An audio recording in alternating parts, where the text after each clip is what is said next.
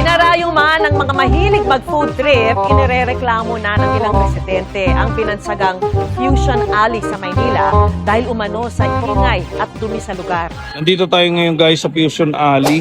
Ayan, so marami nagsasabi kung bakit madumi raw dito, mabaho daw, maingay. So ngayon yung pinaka-viral na balita. Pero pumunta tayo ngayon dito para mas makita kung anong sitwasyon dito. Malinis naman eh. Ayan. So malinis naman dito. Oh, nakikita nyo. At every kanto dito mga kapreno, kung mapapansin nyo ay mayroong mga ganitong basura. Ayan. So syempre yung mga tao, yung mga estudyante, mga nag-aaral naman yan eh. So hindi yan basta-basta magtatapon sa tabi-tabi lang. Kaya naniniwala ako na malinis dito sa Fusion Alley mga kapreno. At saka mga kapreno, yung government lagi nandito yan. Chine-check nila. Ayan po yung sasakyan nila. Oh. Yung hawkers. Ayan. So nagtitingin sila lagi dyan. So nagbubukas itong Fusion Alley tuwing hapon yan, araw-araw. Pero mas maraming tao kapag Saturday and Sunday. So makikita mo dito mga kapreno, yung mga dumadayo, mga estudyante. Ayan, so tingnan nyo naman. Tsaka yung mga vendor dito mga kapreno is naglilinis talaga sila. No? So hindi mo talaga pwedeng sabihin na madumi dito. Ayan, so shoutout sa inyo lahat sa mga pupunta rito mga kapreno. Ayan, so napakarami po ditong tao kapag Sabado and Linggo. Ngayon lang medyo konti pa lang. Kasi kakasimula, ayan, tingnan mo, may basurahan na naman tayo na daanan, no? Diba? So naglilinis sila. Ayun mga preno, may nakita tayo, nagwawalis, oh. Tsaka malinis talaga yung mga pusto nila. Oh. Wala talaga makikita. Oh. Wala ka talaga makikitang madumi, no? Napakalinis. Yan, as you can see, ayan, oh, may nagtatanggal pa nga ng Mga tubig. ng mga tubig. Ayan. So, paano mo nasabing madumi, di ba? So, yung ingay, natural yun kasi maraming tao ditong bumibili. Pero yung dumi, yung amoy, malinis naman. Ayan oh, si tatay, officer yan, oh. Lilinis siya. Oh. Diba? Nagtatanggal ng tubig. Diba? Ayan dito mga pareno, tingnan mo, may walis at tambo na pandakot, may basurahan. So malinis po talaga dito. Ayan.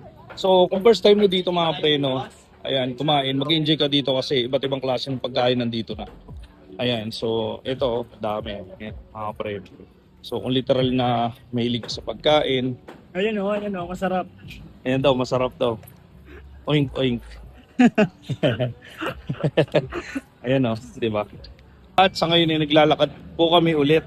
Ayan, so iniikot namin talaga para malaman natin kung manubi ba talaga or ayan, malinis naman eh, di ba brother? Ano preno, meron tayo ditong nakita na puto bongbong. Ayan, magpapagawa tayo. Ito yung pinaka-paborito namin ng asawa ko. Ayan, puto bongbong, 80 pesos lang yan mga preno. So, sa mga gusto bumili, opo, take out po. Natikman kasi namin mga preno, ang sarap, nagustuhan ng asawa ko. So, syempre, nagpabili ulit siya. So, balik kami dito. Ayan. Shoutout sa inyo lahat sa mga mahilig sa puto bongbong dyan, matik na yan. Okay, so marami kang makikita ditong kainan. Ayan po, sa mga prutas. Ang dami, iba-iba. Mga preno, no? Pumunta lang kami dito para mas makita nyo na malinis po dito. Okay? Wala pong dumi. Ayan. So, partida. Kakaano lang, no? Lakas ng ulang kanina, brother, no? Partida. Ang linis, no, brother? Kasi kahit umulan. Ayan. So, yung iba, nagtatayo pa lang. Kasi maaga pa eh. Ayan. So, may mga government din na umiikot dito. Naglilinis sila. Ito yung mga presyo nila, mga preno, ha? Pinakamalaki nila, iputo-bongbong nila with leche flan, cheese, condensed coconut, 80 pesos. Ayan. So, meron sila 60 pesos. Meron sila 75 pesos. Meron 50 pesos pa nga, oh. Pero ako, 80 pesos palag kami dyan. So, ito na po yung puto bongbong natin. 80 pesos po yan. Sarap niyan, mga preno. Thank you po, ate. Thank you, ate. Yes, Master. Kala pa, no? Ayan, Tara. Stella pa daw. Try nyo na. 115, 10 piraso, malalaki. Ano? Tara. Ayan, oh. Tara. Sige, tara. Isa po. Oo, sige. Walang alo yun? Magkano ba isang piraso lang yan? Joke lang.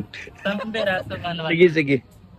Ayan, so ako pre, no? So, may trip kami dito. Ito. So, walang pork yan, ano? Wala. Bawal sa amin, eh. Halal, halal. Sige, ma'am. Diyan na lang ka, ma'am. Ayan, Thank you so so much. kakain kami dito. Ayan, no? Thank you, ma'am. Sarap. Sarap naman, brother, oh. Yes, para Walang alo yun? Para daw siya.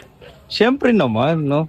Hindi ako naniniwala Parang kung si masarap. parang si Madam lang. Masarap si Madam. Hindi ako naniniwala. Ba't di ka naniwala? Gusto mo i-try? Hindi pa subok Ay, subukan daw. Subukan daw. Ano, Ayan. tara. Oh, tara daw. Ano brother? Wala ka pala. Wala ka pala eh. Ayan, so susubukan namin to. Actually, nasubukan ko na to, pero si brother hindi pa. So ipapatikim. Masarap to. Tsaka halal sila, no? Walang halong baboy, wala. Ayan. Daming bumibili yan. Hanggang anong oras po kayo dito? 12 po. 12. Ayan. So hanggang 12 pa sila. Actually, kakabukas nyo lang, no? Ganyan ba talaga yung may apple? Oo, may apoy yan. Grabe ka naman. Gusto mo ba subukan? Sana. Ha? Sana daw. Ikaw, brother, ha? Eh, joke lang. Nagtatrabaho ng maayos si madam. Yan mo na, nagtatrabaho ng Salita maayos. rin naman ako ng totoo. Nagsasalita ka ng totoo. Ayan. So, magkano po yung mga presyohan nyo dito? Ito, So only 115, 10 pieces na po yun. 10 pesos. Ah, Sulit 10, na po sa... 10 piraso, no? Yes po. Okay. Ayan, panalo. Sobrang sarap talagang. Ulit-ulit. Yan, no? Nakakalimutan Ulit. ba kayo dito mga sir? Malakas. Yes po, nakakaubos po kami dito ng 100 to 200 styro. Ay, grabe, ano? Ibig sabihin, ang dami nun. Pwede nang magkano ganito. Super laki na. Ah. Nakakabenta po kami dito ng 35. Oh, okay. Isang araw, no? Pwede, malakas sila dyan. Kasi ang daming estudyante rito, eh. Tingnan mo, parating pa lang sila, oh. Ano pa? Huwag mo na sabihin. Bawal yun, brother. Hindi, gusto ko nga din dahil.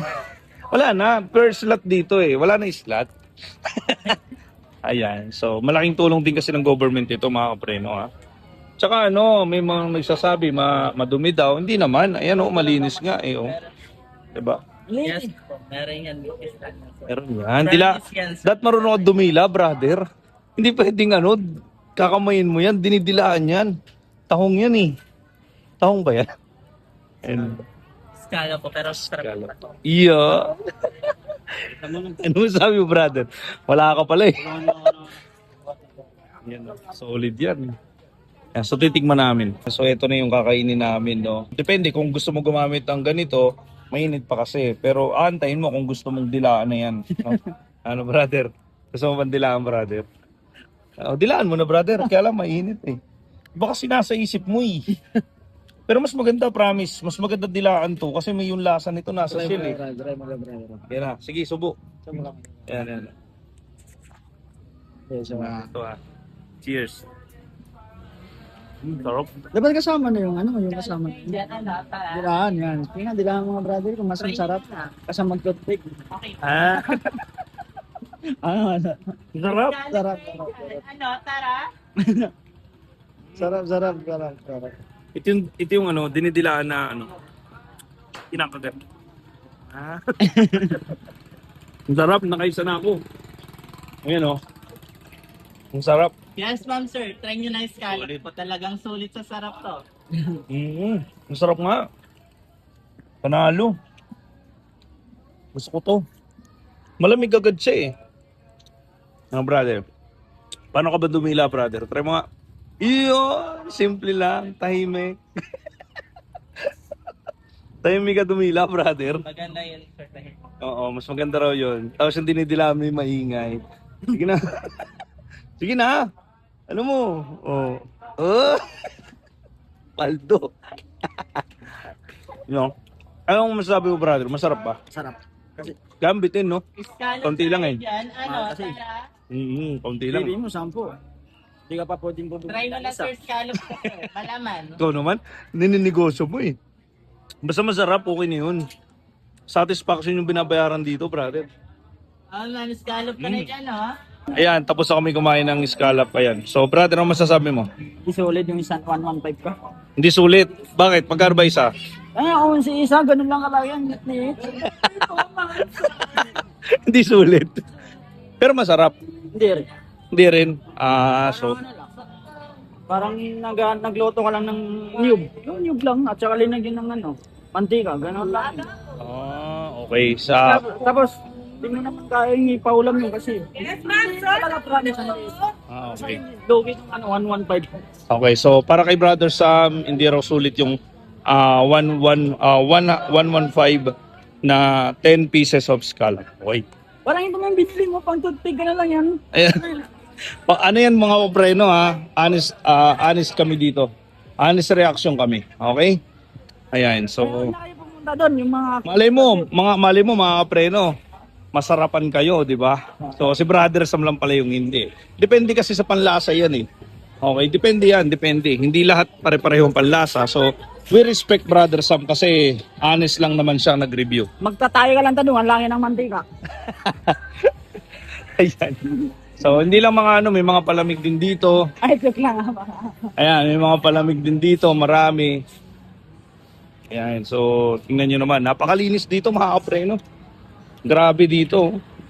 Pwede ka nga humiga sa kalsada, no? Oo. Oo, pwede ka humiga sa kalsada rito, wag lang basa. Malinis dito ngayon. Actually, matagal na ako bumabalik-balik dito, malinis talaga. Ayan mga kapreno, mayroon din dito, ayan, mga seafoods. Dito rin, may Indian food dito, kaya hindi pwedeng, hindi pwedeng pag Muslim ka, hindi ka makakain dito. Makakain ka. No, ayan, may biryani, 150 lang. No? Ayan, mga bumibili. 150 pesos lang. Legit pa, yung mga nagtitinda, mga Indian. Ayan. Diba? Panalo. Ayan mga preno, bumili naman kami dito, no? Ayan, so prutas, may 50, may 80, may 120. Dito pala sa Fusion Alley, ano yung batas ngayon sa Fusion Alley? Bawal magingay. Pag pumunta tayo dito, wag kayong maingay. Dapat nakano lang kayo, ha? Dapat tahimik lang daw dito, wag daw kayo magingay. Ano ba yung tawag dun sa ano, Sumisigaw? Hindi yung ano, pag ganun ba yun? Nagsa-sound. Ayan, so bawal daw magingay dito mga preno. Kaya tahimik lang daw Pag dapat. kinakausap mo yung kasama mo, wag mo yan, dapat yung tainga na nandun sa ano mo. Nakadikit, no? Nakadikit ka. Ito, huwag kayo mag-uusap. Tapos bawal magingay. Bawal daw magingay dito mga preno, ha? Ayan, oh. Dami, oh. So, McTrail. Ayan, anong meron dito? McTrail Street Bars. Ang galing, oh. Uy, oh. Sir, menu po. Hello. Bago lang to. Panalo. Thank you. Solid. Ayan, oh, may mga ano dito. Panalo. Ayan yung mga presyo nila, oh.